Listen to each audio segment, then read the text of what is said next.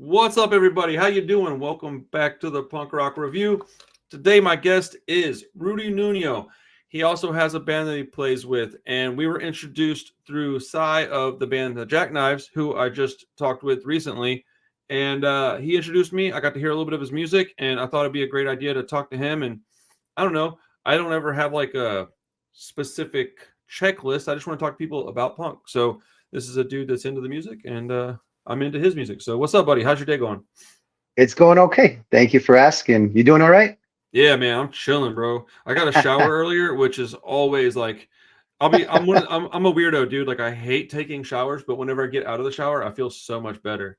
It's like Yeah, I think that goes for all of us for sure. right. I'm like, man, I got too much to do. I don't have time to do that right now. And then I go take a shower and I'm like, man, I should have done that 3 hours ago. I but I probably would have gotten but I think yours is like times two or something with all that heat you're dealing with in Texas for sure. So bro. Where are you out of? I'm in LA. LA. Dude, LA's Yeah. awesome. I've been there Yeah. I think twice now, and I'm going back in November. I love that Oh, place, cool, man. cool. It's a cool city, man. Where in You know, LA do you usually go to? Or where do you hang so out? when I so when I've gone all over the place, man. I usually rent a car, and I just wherever the people are at that want to hang out, I go there. I went and did the LA Punk Invasion. I did that, and Oh, cool, I went cool. and filmed that, and then I don't know if you know the band The Havoc, but they're friends of mine, and their Oh, guitar player. sick. Yeah, dude, he's got like a printing shop that he let me stay at because it's got like a room you could sleep in. He's like, dude, Yeah, come yeah. crash here. He's like, don't get a hotel, stay here. And I was like, dude, heck yeah, man. So, I just love that place. It's like because it's like Houston. It really is. I've been to only a handful of cities, but out of all the places I've been, Los And Angeles, staying at a shop is like it's like you're on tour basically. dude. When I go out for the channel, it is exactly like a tour. And I got people that are like when I went to New York, friends of mine said, "Wait, you're going to New York and you don't even have a place to stay?" I'm like, "Nah, I'll figure it out." They're like, "That's crazy, dude. You're like a full grown man with a family." I'm like, "Yeah, but this is how we used to do it." And you know, shout out to Ricardo and Broken Cuffs. I stayed with those dudes in their hotel room and chipped it on the bill, Sick, and man. it worked out fine, Yeah, that's the DIY punk ethic right there for sure. right? So I'm a new fan of yours. I've just started listening to your music. I really enjoy it. It's got a like rock and roll uh like bass. I say it does resemble the same genre as say Jackknives, Bouncing Souls.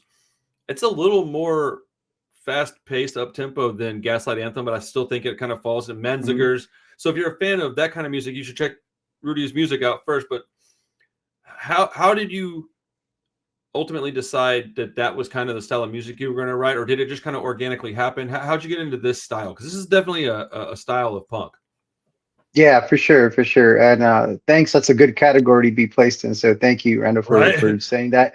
So, Absolutely. but as far as the musical style, I I don't know if I necessarily chose to write it in this particular way, but I wanted it to be authentic, and this is what feels right to me, and this is the music I grew up listening to. So, if I wanted to be a pop band or something, I don't know if I can do it at this point because this is just what's happening, and it's working for me and for the guys in the band. So we're just gonna keep doing it because it feels like I said authentic, and I do think there's an audience for that as opposed to just doing things, I guess the more modern way sometimes is doing things electronically.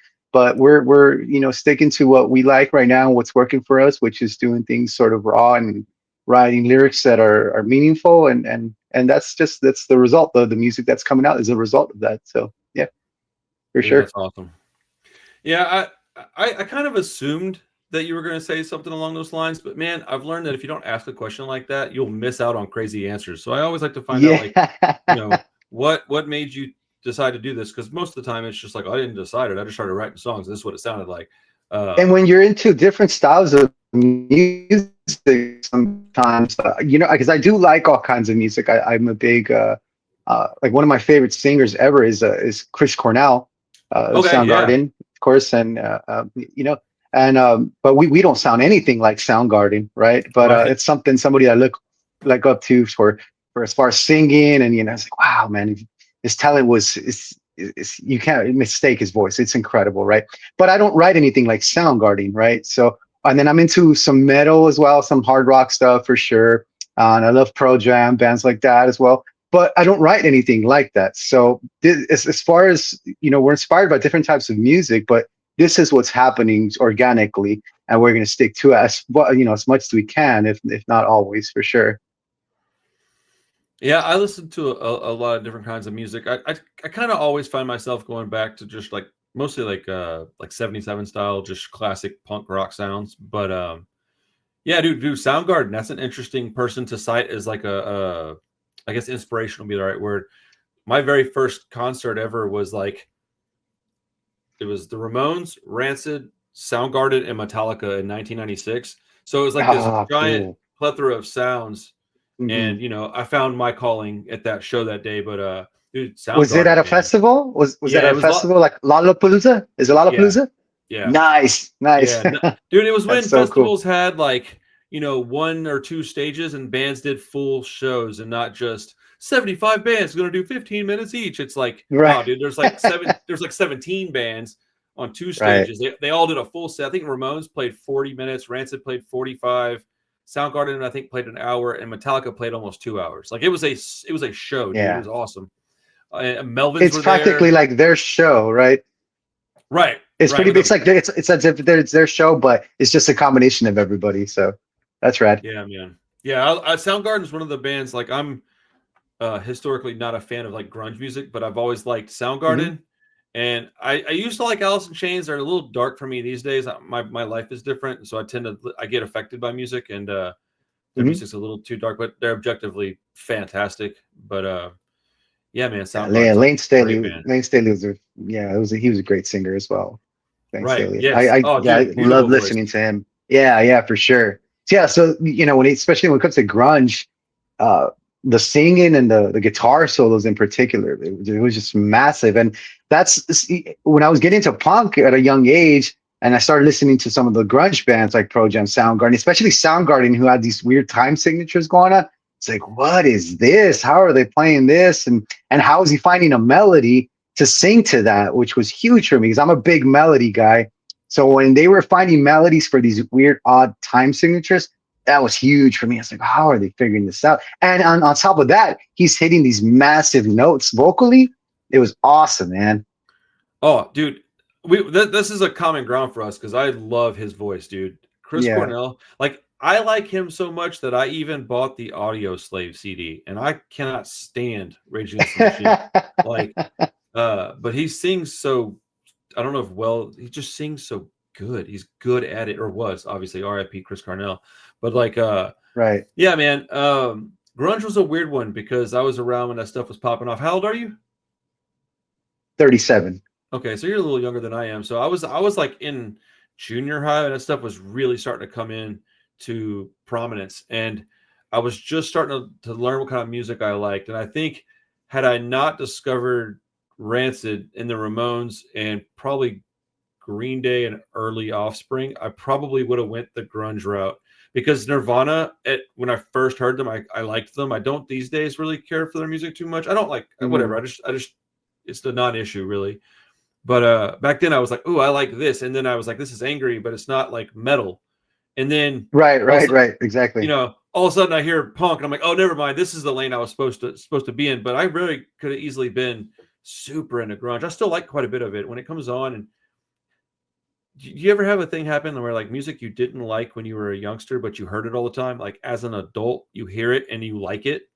For sure. All the time. Happens all the time. Or didn't realize, didn't appreciate the art that went into, to putting that together, the songwriting, the guitar playing sometimes. You just heard it and thought, oh, that's okay, that's pretty cool. But didn't realize the amount of talent that was involved in the writing process for that. And as you grow older, and as a songwriter myself, you start to understand, like, damn, these guys were on a different level for sure. Like, I didn't know it at the time. I didn't realize, especially because as a kid, as getting into punk rock, it was it was something that I was playing as I was learning to play guitar, and it was easier for me to play because I can play some power chords, and but then you have like Soundgarden again, and then they're doing all these crazy leads. It's like I can't do that, so I can't really relate to it at the moment. But as you grow a little older, you realize like these guys are super talented. Right? They were so good, such good musicians.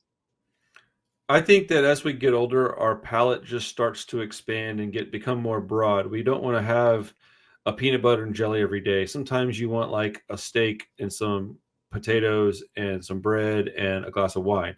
You don't want a Yeah, for peanut butter and sure. jelly and a Dr. Pepper. So like while I always will love my PB and J's, every now and then I want something a little nicer than that. And like It's a great the route I analogy. because like I've been listening to stuff like power pop that like, dude, 10 years ago even I would have been like, no. But like I love this stuff, dude. I love it. I'm Right, listening right. to Elvis Costello and I'm listening to Bob Dylan, which clearly is not a power pop artist, but like Bob Dylan, bro. When I was a Yeah, youngster, dude, yeah, I'd have been like, turn that crap off. But now I'm like, oh, yeah. this is really good songwriting. And people are like, yeah, nerd. I'm like, yeah, dude, I am. It It's especially like when you're younger, you're little. I think you're a little naive. A little very, naive when it yeah. comes to different music. But I have two older siblings that were into sort of the grunge and the hard rock stuff, so it rubbed off on me for sure. And I learned to appreciate that along the way. And that's when I started really getting familiar with how to do harmonies on guitars and what a guitar solo is and things like that. Not that there isn't good harmonies and guitar solos in punk rock, because there is for sure, but it was just a different form of playing, and I appreciated that as I got a little older and along the way. People have this weird misconception that punk has to be sloppy, poorly recorded, and played fast and out of tune. And I'm like, no, dude. It's mostly like as I get older, I realize this. When I was younger, I didn't. But as you get older, you realize it's about context and the lyrical content and your personal attitude and being so much as it is about the chugga chugga chugga chugga woes. Like those are great. I For love them. But sure, like if for you don't sure. if it's not in your blood, it's going to be obvious. Yeah, yeah, for sure. And you're 100% correct about that. And I see this a lot in sometimes online or even at live shows. And if bands are playing or they're rehearsing or whatnot, they're putting stuff up on the internet and say like, it's whatever, it's cool, it's punk rock and stuff, as if you're supposed to maintain that ground level being, like you said, sloppy and having this particular etiquette that's only like just fast paced and aggressive, and which is not true. I don't find it to be true. Like some of my favorite punk bands are very melodic, like Bad Religion. Goes without very, saying, yeah, very melodic. the harmonies and all that stuff. So when people say, it's fine, it's punk rock, I was like, I don't really know what you mean by that. I mean, I know where you're trying to go with that, but I don't Right. really agree that it's got to be sloppy in any way like that. That that's typically people that don't understand the genre and the culture because it's not just a genre of music, it's a lifestyle and a Hmm. culture. I Hmm. didn't really choose this. It just picked me out of the crowd and said, "This is you, buddy. I hope you understand it." And like, Yeah. but it I was Interesting just that you talking brought that up. Yeah. well, I was just talking to my friend on Yeah, the no, like, go ahead. Good. oh, I'm sorry. Well, we were just talking about No, how when you're young, you have a narrow idea of what it is. And as I grow older, I'm listening to bands I didn't used to like. And that even goes in punk. I didn't used to like The Clash. I didn't used to like The Descendants very much. And as you learn hmm, stuff and you grow a little bit, you just get to where you're like, okay, I feel like if you don't grow, you're harming nobody but yourself. And so right. I want to continue to elevate my taste and style. But sorry, I didn't mean to cut you Why? off. I think we have a No, delay. no, no worries. No, no worries. I don't know why you would want to be stuck in the same place all the time, right? So it's good to be growing. And you do, even if it's a music, the bands that you listened to back then, like you were saying, and you didn't really like them. If you grow into understanding what they were writing about and realizing that the bands that you liked at the time were inspired by those bands, you somehow find a common ground and you learn to appreciate what they're doing as musicians, for sure. Dude, 100%. And it's funny because, like, as a young kid, you're like punk rock, mohawk, studded jacket, this and that. I'm not going to get caught dead listening to the Rolling Stones. And then, like, as a 43-year-old, I'm like, oh man, I hear Rolling Stones all throughout this because now I've heard a bunch of that music. So I know what it sounds like. So when I hear these bands, I can go back and reference like these old classic rock bands and pub rock and bobber stuff and just old 60s and 70s stuff because that's where it came from. punk rock history is a beautiful thing, man. I'm starting to really appreciate it and For getting sure. better. Well, tell me a And little bit about. interesting that you brought up that topic too. It was interesting you brought that topic up because it was I mean, and we were asked, and I think I told the story before. We were asked if we thought we were a punk band, and I was like, I mean, I don't know. I don't even know if like we're categorized as punk rock sometimes. So I like to establish that we're a rock band, anyways. And as soon as that podcast, that interview came up, the boys in band are like, dude, I don't care if you think you're worthy of being punk rock or not. You are punk whether you believe it or not, because it's not just the, like you said, it's not just the genre. It's the ethic of it. It's the culture, Right. all that stuff. I mean, I think a lot of people that get into punk are insecure, and so we have this like imposter syndrome. I know I do. I constantly think I'm not cool enough.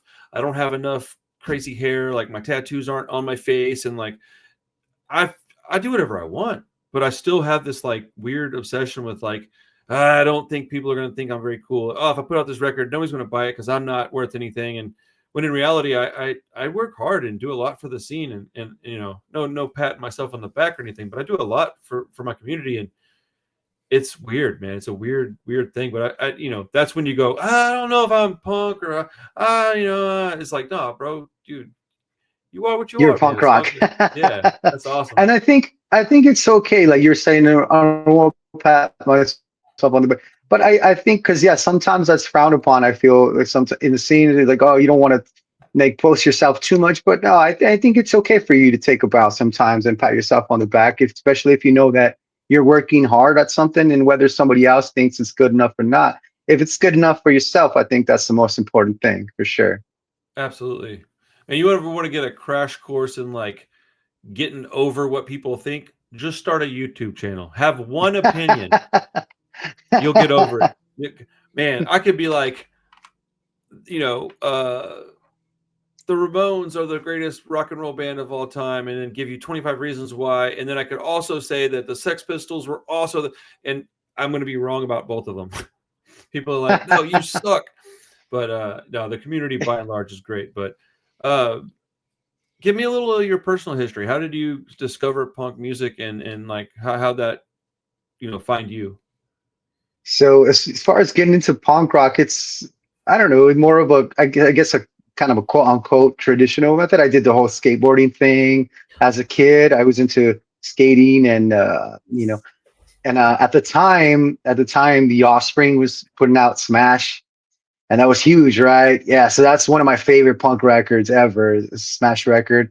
And then getting into Smash, I got into the Let's Go record from Rancid, and that's when I was getting into Bad Religion. So you're doing skateboarding. It kind of goes hand in hand with each other. And I was getting into playing guitar, and it was something that I can relate to as far as playing music, because I was able to understand the a little simpler chord changes that were going on in the song. So I remember. I think Hybrid Theory was coming out from Linkin Park, and all my classmates were into it, and which is cool as well. But it wasn't something that I could play on guitar. It wasn't something that I could really sing.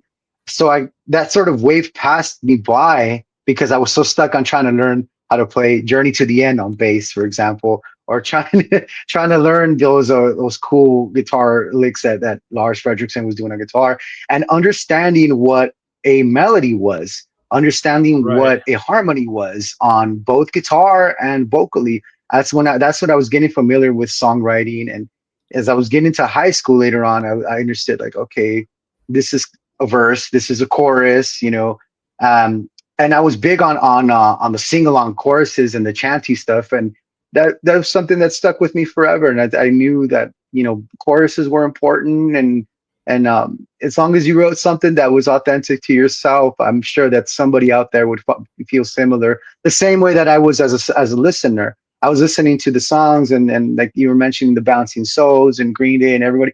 I was listening, like, I wonder if these guys felt the same. Like, I don't know if anybody's going to relate to this, or if anybody feels the way we do, but right now, for sure, this feels right. And it was definitely something. I saw the success they were having, And not that that was the only thing that appealed to me, that their success, because whether they were successful worldwide or just in their town, it was still something that I appreciated and something that I loved listening to. So that was definitely my introduction of punk, listening to the Smash record and Stranger Than Fiction, Bad Religion. Those were like some of my earlier, because I was only a kid at the time, and they would play the Offspring on the radio, but they would beep out the curse Oh words to yeah. Bad Habit and all. And it's like, no, I want to hear this. What's going on? And I would run out to buy the tapes and stuff, and eventually CDs. And yeah, that's some of my early introductions. Those are some of my top punk rock records for sure.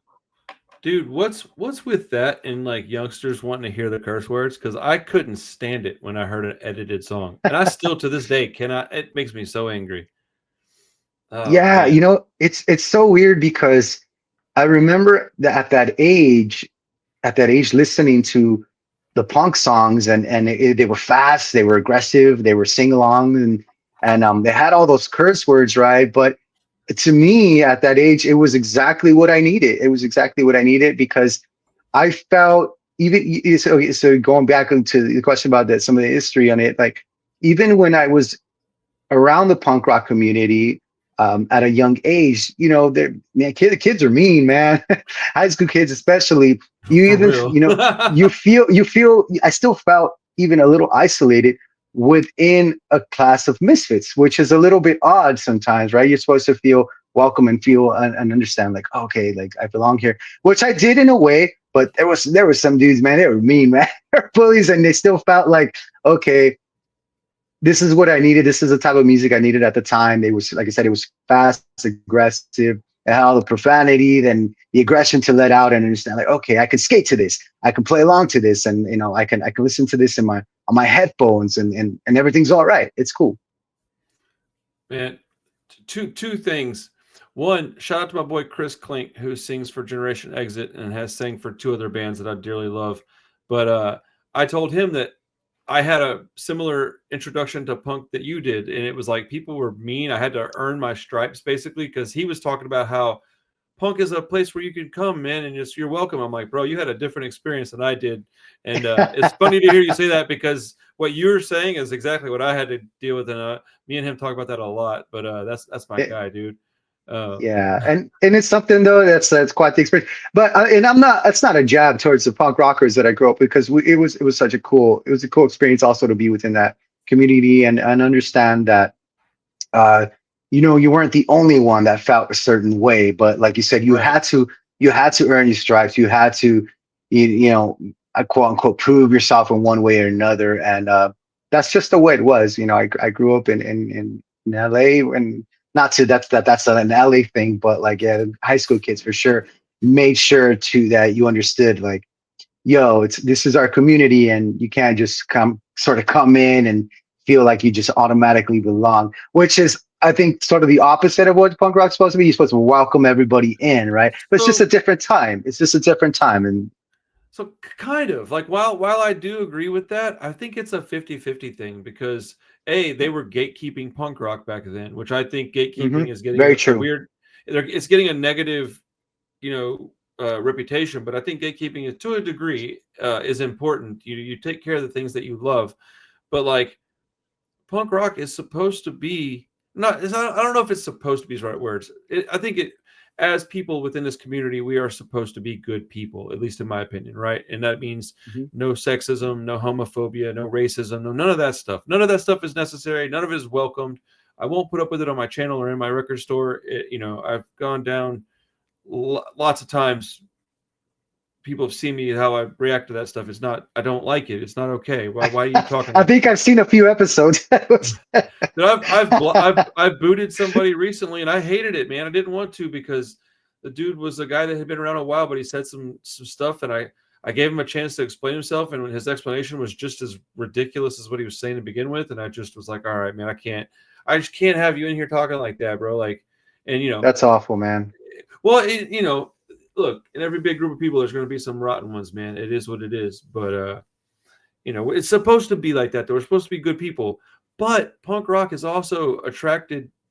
Like the people that are attracted to it are always the broken people, the beaten Hmm. down, like the abused. So when you get a group of people like that, it is going to be rough around the edges. So you have to like there's going to be growing pains within that. And so in order to get the group of people that are good people that are welcoming, you have to get the real hard people in and then let them get comfortable and calm down. So it's going to be a mixed bag, dude, for sure. If you go to a punk show and get smacked around, like, it's not uncommon. I don't think people should do it, but it's not uncommon. Right.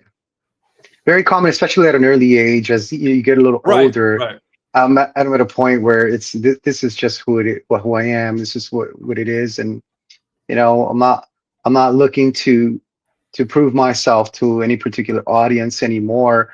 Or I don't know if I ever was to begin with, but that's definitely the case now, where this is just what it is, and especially as a band, this is who we are as a band, and I don't want to change our style just to try and fit into a particular genre or festival or show or things like that. I want us to be as authentic as possible and make sure that we're true to ourselves, but at the same time, keep it in mind that is what we're doing worthy enough for those who take the time to listen to us, because that is important, because people can be anywhere else. They can have so many options to be anywhere else, but they go out of their way to come to our gigs a lot, and in many cases pay to come in. So if they're doing that, let's give them something to talk about on their drive home, and hopefully it's something good.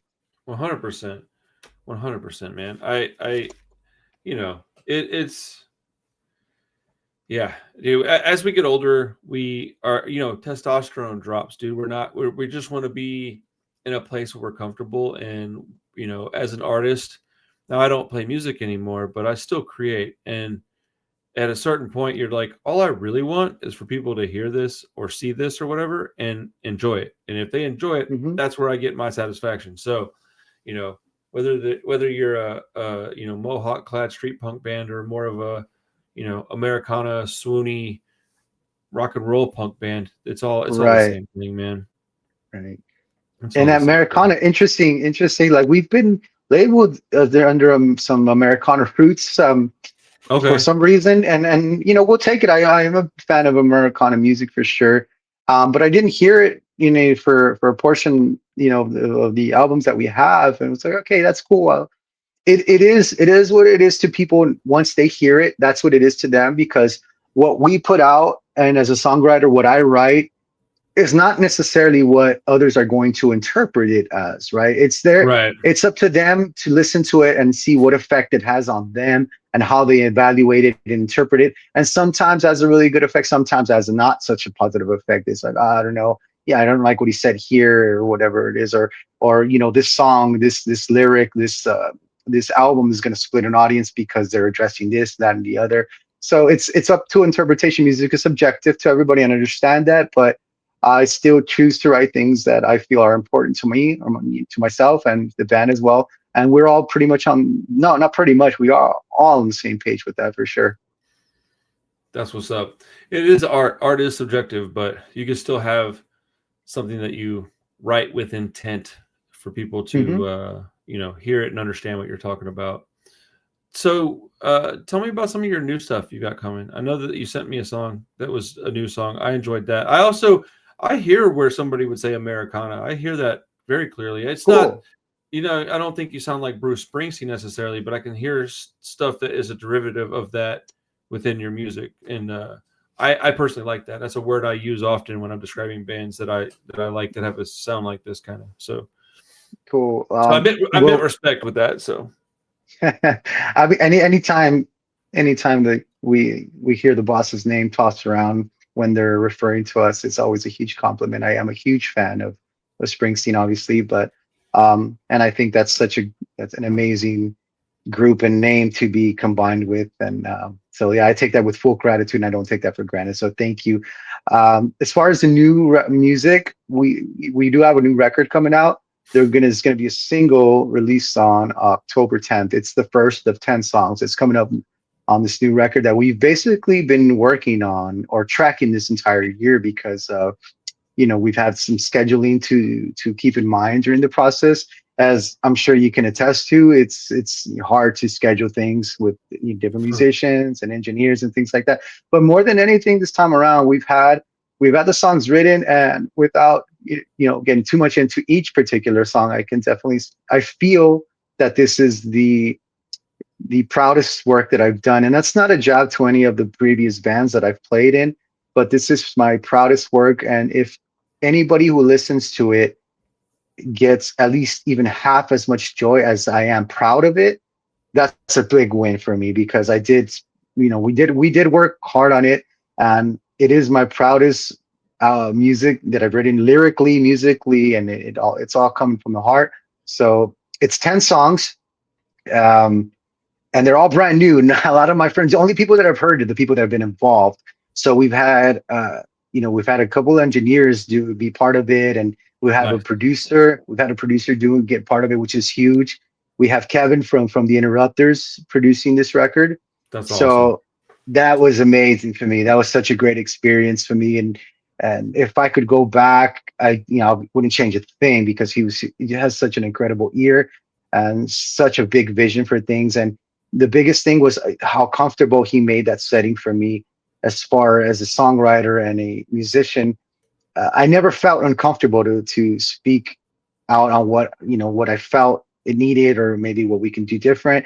He said, "This is your record. You need to be 100% comfortable. You're not going to hurt my feelings at all. Make sure that you are 100% satisfied." And sometimes when you work with producers that have the experience or the repertoire that Kevin does, it can be a bit intimidating. Like, oh, I don't know if I want to say this. I don't know if I'm bringing this up. I didn't feel that way at all. He was Nice. amazing, and such a great person to work with. And I'm super happy with the way that the records come out. It's all finished, all mixed, mastered, and everything. So we're releasing the first single again, October 10th. It's a song called Sirens, and we have a video coming out with it as well. So yeah, looking forward to that. And like I said, if people get us even half as much joy as much as I am proud of it, then that's a big win for me for sure. Dude, that's awesome. Let's see. What's your favorite Bruce Springsteen album? I was going to ask you that a minute ago. Do you have one? Yeah. Well, I say that like if I'm 100% sure. I think I'm caught between like Darkness on the Edge of Town. I do love Born in the USA, because it does have but Darkness on the Edge of Town is probably one of my favorite Bruce Springsteen records. Yeah, I must have the most unpopular opinion. Nobody agrees with me on this. Mine is Nebraska. I love that I was gonna say, is in Nebraska, because that is a Yeah! fantastic record. Dude, It is it's a so fantastic good. record. It is So- a fantastic. No, go ahead. No, it's so hard for me to pinpoint one when it comes to Bruce Springsteen, because I love the guy so much. So I'm not the best person to ask on what I think is best or my favorite. I love several of his records, and that was one of the musicians we were talking earlier. That was one of the bands, the musicians that when I was younger, I was listening to like, oh, who is this? Oh, it's Bruce Springsteen. I was like, oh, that's pretty cool. But when I got a little older, I understood the songwriting process that he had, and everything that he wrote and put together, and it hit me like a ton of bricks, man. It was I went out and bought every tape, every record that I could get Dude, my hands on. It was amazing.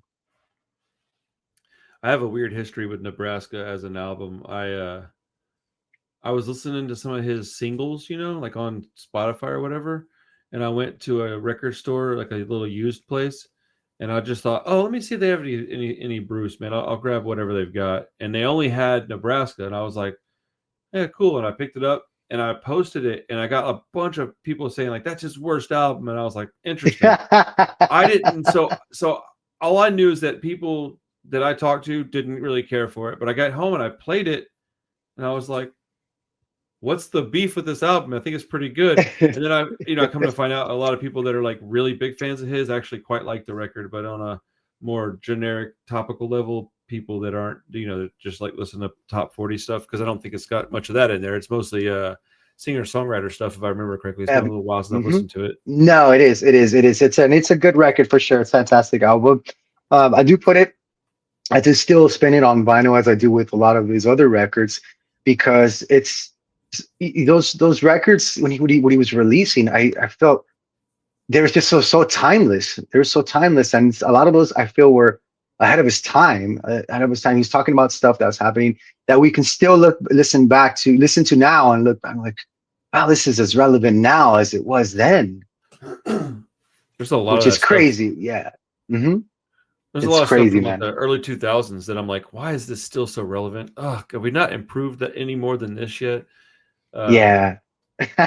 well, a lot of that folky singer-songwriter music is very much like that. Like I talk about this band way too much, and it's not folky at all, but like Rancid, all their stuff, Hmm. like even their political songs. I'll use No Effects as like a counter example. So you have No Effects does something like the War on Terrorism, and it's got like George Bush's face on the cover.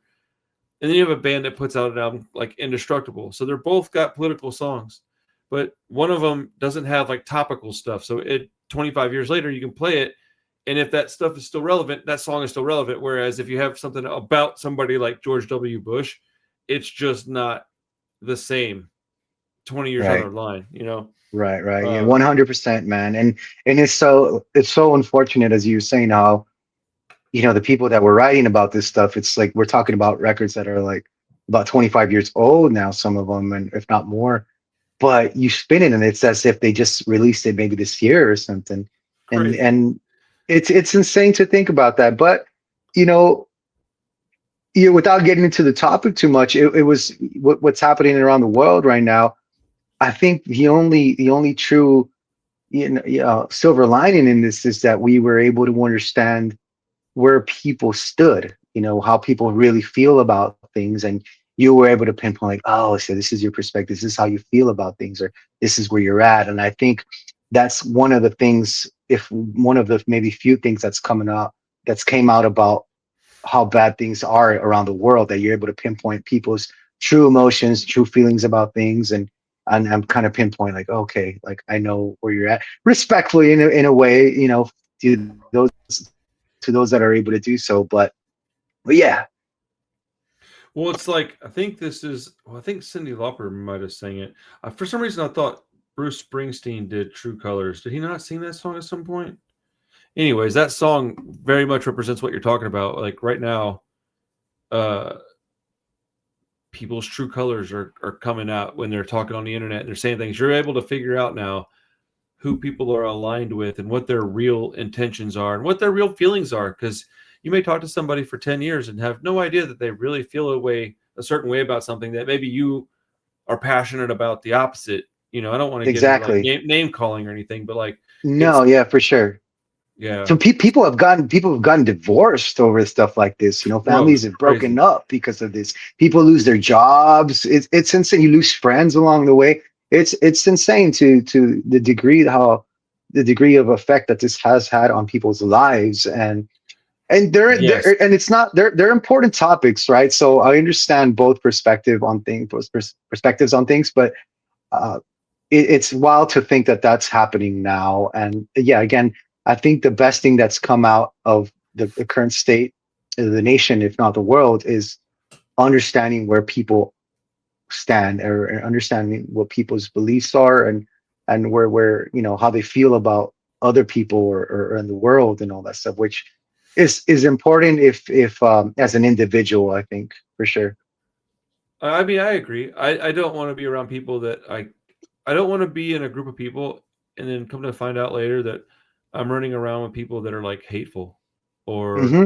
or just Hmm. mean or something. I because I know people that are like, well, you shouldn't lose friends over uh politics. And I'm like, I don't know that that's true, man. I don't want to be well, do you want to like let's use an extreme example. Would you go Hmm. hang out with a bunch of Klansmen? Because I wouldn't. Like, No. so then you can get 1 degree closer. So would you hang out with people that are Proud Boys? I wouldn't. Right, right, right. How many more degrees are we separated from the people we're talking about right now? Not many. Exactly, So exactly. like, That's a great point. Great point, man. And I think it's important to understand that, and recognize those who feel that way, because it's exactly how you say, like, you wouldn't want to be hanging out with the Proud Boys and people like that. So yeah, that can change your feelings towards someone, or the relationship that you have with somebody you thought was a friend for many years. But you start to realize, like, man, so if you feel this way about this situation right now, and that's because it's come up. You probably have similar feelings for a lot of other things. They just haven't come up because the topic isn't important right Right. now. But, Right. Yeah. Yeah. And like, I'm not going to sit here and act as if I don't have friends that are on the right. I've got a few, you know what I'm saying? hmm But hmm I would say that they're like casually on the right. They don't have a lot of strong opinions, but they're maybe they're Catholic or something or whatever. So they're Republicans, right? But I've got a few people that I'm not going to say names, of course, but they've like I found out like they have extreme views, and I'm like, uh, well, that's incredibly bad for me. Like that's dangerous to me. Like I'm somebody that they would consider an enemy at this point, and I'm like, so how right. are you even talking to me? You know where I stand on this stuff, so it's stressful, man. It Well, sucks. you, it's in this day and age. I feel that with the two parties, the two most popular parties, obviously, it's so much different now than it was even like just 20 years ago, 10 years ago, even, or 10, 20 years ago. 10, 20 years ago, you can have a conversation with somebody with the opposing viewpoints as yourself. You can have a conversation with somebody of the opposing party that you favor. And you maybe you hear each other, yeah, you're going to go back and forth and argue, but right now you will not change, like, you will not change a Trump supporter's mind, for example. Right. You will not change like a Democrat's mind, for example. Both, they don't understand each other, or they don't respect each other at all. Either parties, Well, I feel, it used to be that the right and the left were like moderately different, but they were very closely aligned. And it was like, it's gotten separated by a very wide berth now. And now you don't have like casual Democrats and casual Republicans or even right. centrist. Centrist, like, is what I feel like I kind of am. Centrist, a little bit of the left lean, because I don't really hmm have extreme views on many things. I like to look at things from both perspectives and then make my decision on it, right? And it comes with age and stuff like that. But like, that doesn't really exist anymore. They don't want it to. So no.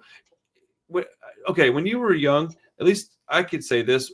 I didn't know anybody who I knew was a Republican or a Democrat unless they just happened to be like an old dude that had like a Reagan pin on their jacket or something. Like Right, right, right. I didn't know people's political leanings because it wasn't our identity back then. You knew that punks are generally liberals. You knew that military are generally leaning on the conservative side of things, like generally.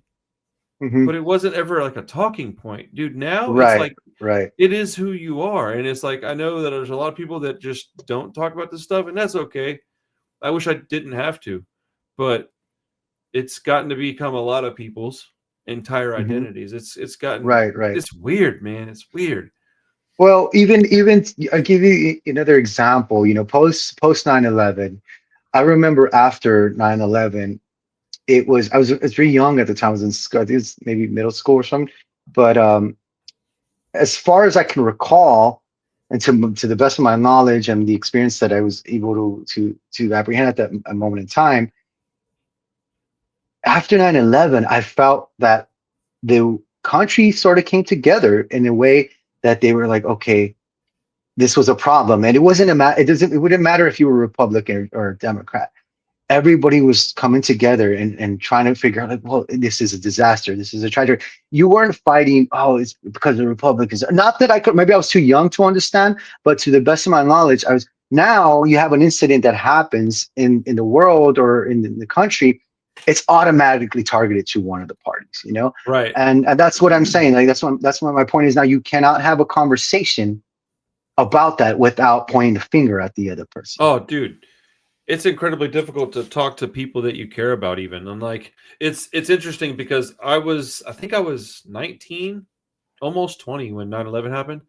And I remember that day incredibly clear. Like it was one of the most scared I've ever been in my life. And I remember that. I remember I worked for like a card carrying Republican, and I'm not that guy. So we were friends. I remember that terrible thing brought us together as a country and a people. Excuse me. Absolutely. Absolutely. Well, it also changed things. Dude, the world has been different. The U.S. has been different since that day, like in a bad way. And I think, and this is going to be a super conspiracy theorist of me, but like, I feel like maybe that there was some design in how that went down. I don't know to what Hmm. degree, but that's why we don't have terrorist attacks anymore. There's just domestic terrorism because a terrorist attack from outside the country is just going to bring us together as a people. But if they can design a, you know, domestic terrorist attack, they can point the finger and further divide us, tinfoil hat style, right? Like whatever. Interesting, But interesting take. it just seems kind of like, well, that makes sense to me. Whether it's true or not, I don't know. But it wouldn't shock me, you know. Yeah, yeah, it's a wild time, man. It's for sure. And but that's pretty much all I have to say about that, dude. So Absolutely. So it's a crazy time for sure. let's pivot back over to Kevin Bavona. Is that how you say it? Bavona, right? Yeah, I think Kevin so. Mavona. So, okay, I had a friend recently work with a gentleman named Chip Hanna. Are you familiar with him? I'm not. No, no. Okay. He played drums in One Man Army, who's one of my favorite bands, and then a band called US Bombs. He played drums for both those bands. And he's just one of those guys that I'm like, oh my goodness, that guy's crazy awesome. Like, so my friend worked with him on a project, and he said something about, man, I had to like tell Chip Hanna, like, hey, can you change this? He's like, it was so strange. And I thought about that when you're talking about working with Kevin, because Hmm. he was also like, hey, it's your stuff. You tell me if you need me to change something. That's got to be a very interesting situation to be in and be like, I got to tell this guy, you know, give him my 2 cents. Like, I would be so intimidated by that. Well, one of the biggest things with working with Kevin was that I have been a fan of him in particular. Of course, the Interrupters. I love Right. the Interrupters, but I've been a fan of Kevin for many years because I was watching this kid, like as a kid, like we're maybe different in age, but we're relatively close in age, and he he was always playing a different instrument. I would see him playing the organ for Rancid. I would see him playing bass, or he was doing, and I kind of tracked his his um his resume as well. Like, dude, this guy's recorded this guy's, and he's a multi instrumentalist. So I was a big fan of his, and I trusted the work that he had already done, and I trusted this ear. So it wasn't very difficult. The difficult part for me, and when I say difficult, it was just more like of a change or something different, was allowing the songs that I'd written to be handled by somebody else. Because as a songwriter, you think your songs are just like perfect the way they are. You're good the way they are, but you hand them over to somebody else that has fresh ears, that's never really heard what the writing process that you've done, and they say, okay, this is what I hear in this part, this is what I hear in that part. But because I love what he does, and I love the guy as a musician and a producer, it was easy for me to make that transition because I just trusted him enough, and I couldn't be happier with the results. And especially there are some songs in there for sure that were a complete 180 from what we originally had written, and I am Ah, so that's excited awesome. to share them. Yeah, for sure. Yeah, it's gonna be fun releasing it for sure. Did you keep any demo versions of some of the songs that changed a lot? Like, Yeah, do you of have those course. stored Yeah, away? Yeah. Dude, yeah. I love stuff like that. Dude, check this out. I just got this. I've been looking for this for ages. It's the Life Oh, Won't Wait. dude, Yeah, demo sessions, right?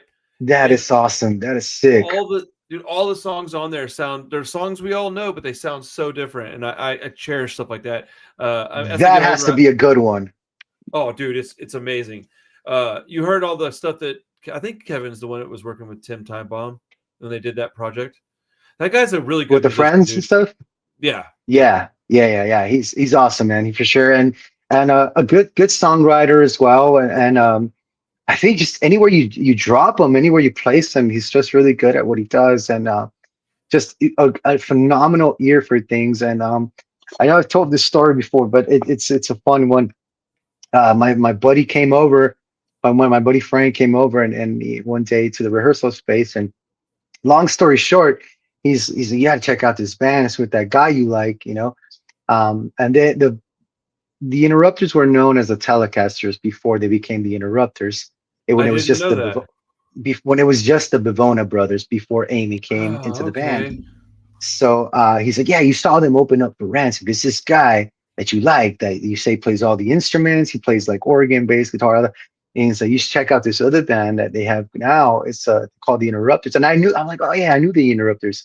And he started playing. He was playing me songs throughout the night. I'm like, who's this band? He's like, that's the band. He's like, for some reason, I feel like you and him have a similar taste in music, or have a similar perspective on things. Like your attention to detail is the same way that I think he does it. Look at what he does here and that. So I imagine if you got to work with him one day, and I was like, yeah, that'd be something, wouldn't it? And then fast forward, Dude, fast forward that's a so few awesome. years.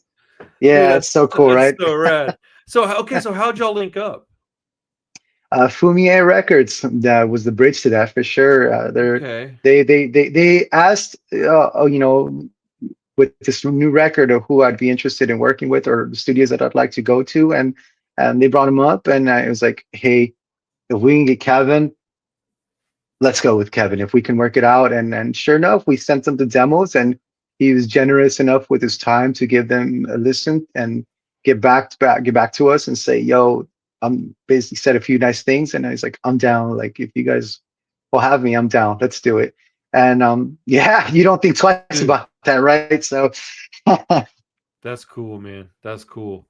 yeah. So we've got a few more minutes here. Give me some of Mhm. the what are some bands that you're listening to now? Well, give me a few bands that you listen to, that maybe some modern bands. You can throw in some of your classics too if you want. Maybe throw in some stuff that's modern that you really enjoy, and maybe some of your favorite bands of all time.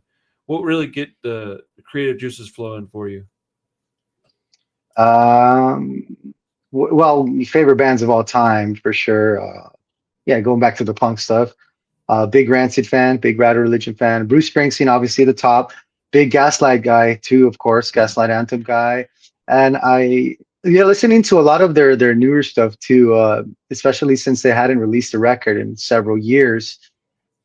And so I think what I do as far as like modern music is, what I do is I listen to a lot of local bands, right? I listen to a lot of the bands that are emerging now. So a couple really good bands that are coming up in the scene, especially. And I try my best to make it out to as many shows as I can. Despite this grueling schedule that we've had this year, because like I said, we've been going at it this record for all year long. But what I do is I listen to the music that's modern now between local bands, and compare it a lot to what was recorded like 30 years ago. It's like, to to understand how way music has developed. And I try Oh to yeah. figure out, like, okay, I try to figure out like, how what can we do that's like some kind of blurs the lines. And that's sort of what gets it, like you're saying, that gets the juice flowing, and get the creative process going. I was talking to Simon like maybe a month ago or so, and I was telling him I have this song that I've written, and he was telling me they're already working on the new Jackknives record. And I was telling him I have a new song that I've written, but I felt, and I still feel now, that because my mindset has been so stuck on this current record that we're about to release, I had to put the song down, because it's not. I don't want it to be in sort of just a continuation of the previous record. If my headspace is in the same place as it was during that record, I don't want it just to sound like that. So I have the foundation of it. I demoed it on my phone, so I'm gonna keep it there for a little bit. Then I'm gonna come back to it once. It's like a relationship. You break up with a relationship. You have to heal from that, kind of get over that for some time, and then until you're much ready to get back out there. And that's where I'm at right now. I'm in that sort of healing process, and making sure that I'm good enough to start writing again. And that's what's happening right now. So Jack and I is the easy answer for me, for sure, as far as modern Dude, bands. that's awesome. You Great know band, what? great band. I like getting to know people, because if I don't know, as an example, I've only heard a small amount of your music thus far, right? But getting to talk Hmm. to you, I really enjoy talking with you. This is a way that I get to discover new music, is that I talk with the people making it. And it's like, it doesn't really matter to me if I have heard your music or if I like it or not. I Hmm. like to talk to people about this culture without fail, man. Every time I get along with somebody, it just puts something in my head or my heart that I'm like, oh no, I understand this music more now. I like it more now. I think that's a cool thing about specifically like rock and roll music, man. If you know the people making it and you know what they're all about, it's much easier to like it, regardless of the subgenre or whatever, you know? There's a band called the Young Hearts from England. They're such a good band. They're friendly. They're our label mates as well. There's a couple of really good Orange County bands and bands from here. It's a band called Hoist the Colors. I'm a fan Hoist of the those guys. Colors. Yeah. That's a fun band to listen to. It's a bunch of Orange County bands like Empire as well. Those guys are nice guys. Yeah, dude, send me a list of some stuff local, man. I'll check it out and I'll email the guys too. I'll play their stuff on the channel, all that stuff. Yeah, for Dude, sure, for I sure. love finding smaller bands that are like just getting started or whatever. Like, man, that's the lifeblood of punk, man. Don't you remember when you were young? Like, Mm. that's all you wanted to do was find the new band that nobody knew about yet. And you wanted to be the guy that was like, here, check this out, and show all your friends. And that's what me and my buddies did. Whoever got to find the best band first, man. That guy was king of the hill for a little while. Then you come around, you Oh, got a new really great band. And now you're the you guy. know who else? Sorry, you know who else? And I think it was Simon that also introduced me to this guy by the name of Sam Fender. He's a little bigger now. This guy named Sam Fender. Oh man, he was playing it a couple of times. I'm like, who's this? It's a Sam Fender. And then we fast forward a couple songs later. It's a different bands came on, and this guy circled around again. And I was like, who's this? He's like, that's the same guy, Sam Fender. And it was so good. It was really, really good music. He's a good songwriter. He's got a song called People Watching or People Watch. It's so good, man. If Is you're it? into yeah, sorry, good. I was just Fender, like the guitar, Fender, like Yeah, FED. yeah, Okay, I'm just writing it yeah, down. yeah, yeah. Sorry, So continue. they introduced me to that band. That band's really good for sure. What was that song called again? People Watch. People Watch. Yeah. Give me something to check out tonight. When is are you guys gonna have physical media for your album? Is it gonna be on vinyl? We're gonna we're gonna make vinyls for sure. Yeah, we'll have a release Cool. date pretty soon. It'll likely be in the early spring. By then we Okay. should have a few songs out as well. But we'll definitely have a vinyl. We'll do a whole pre-sale thing and everything. So yeah. Nice. So when okay, so you have the single coming out in like a week and a half, and then after that, is it gonna be just the one song until the rest of the album comes out? Or are you gonna have some more stuff come out, or how's that? How are you guys rolling it out? Yeah, so the plan is to release that song. We'll probably have maybe another two singles most likely before the record comes out because if we're aiming for sometime in the early spring, that's quite a ways away. So we'll have this single Right. come out and probably another two singles come out, and there'll be a couple cool things on that record, including a few nice surprises for people. So Nice, dude. That's awesome. That's yeah. awesome, man. Dude, it's been awesome talking to you, Rudy. I really appreciate your time, man. And I'm excited to hear the new music. I'm excited to dig into your old projects. Do you have anybody that you want to shout out or anything you want to talk about before we get out of here?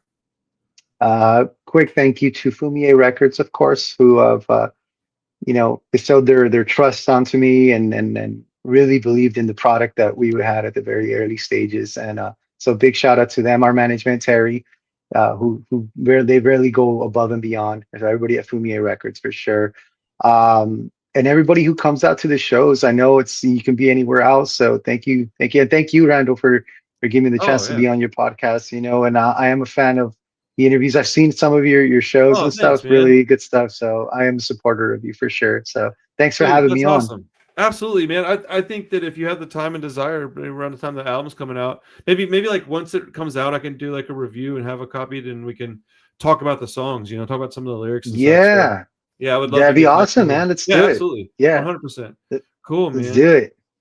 Well, dude, thank you so much, man. I'll put the new single in rotation when it comes out. We'll get it on the channel a little bit. And yeah, if you ever need something from me, let me know. I'm happy to help where I can. And everybody out there, you guys know what to do, man. The links will be in the description for this man's music. So go check it out, support it, pre-order the physical stuff when it gets available, because that's kind of how these bands live now. So, do what you can and support your local punk rock scene, everybody. We'll see you next time on the Punk Rock Review. Peace.